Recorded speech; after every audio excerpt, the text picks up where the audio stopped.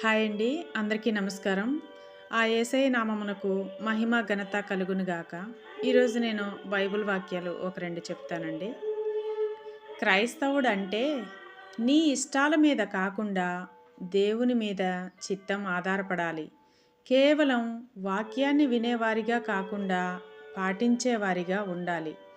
నీ జీవితం ఎంత కష్టంలో ఉన్నా ఎల్లప్పుడూ ప్రభువునందు ఆనందించేవారిగా ఉండాలి. ఒకవేళ నువ్వు నీ బంధాలు కోల్పోతున్నావన్నా దేవుని మాత్రం విడిచిపెట్టకూడదు. నిన్ను ఎంత వింతగా చూసినా దేవుడు చెప్పినవి చేస్తూ ఈ లోకంలో ప్రత్యేకమైన వానిగా జీవించాలి.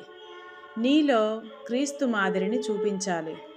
మనుషులు పెట్టిన ఆచారాలు కాకుండా దేవుని ఆజ్ఞలు మాత్రమే పాటించాలి.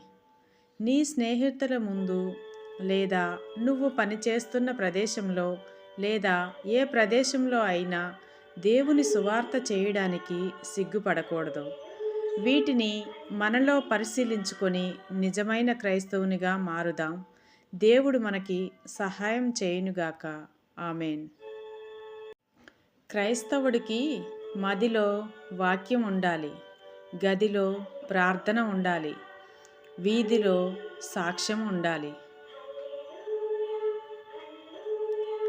లోకపు మాటలు చెప్పుకొనక ఆత్మీయ ఫలాల కొరకు నిత్యం ప్రార్థనలో గడిపే స్త్రీ అంటే తండ్రి అయిన దేవునికి ఎంతో ఇష్టం.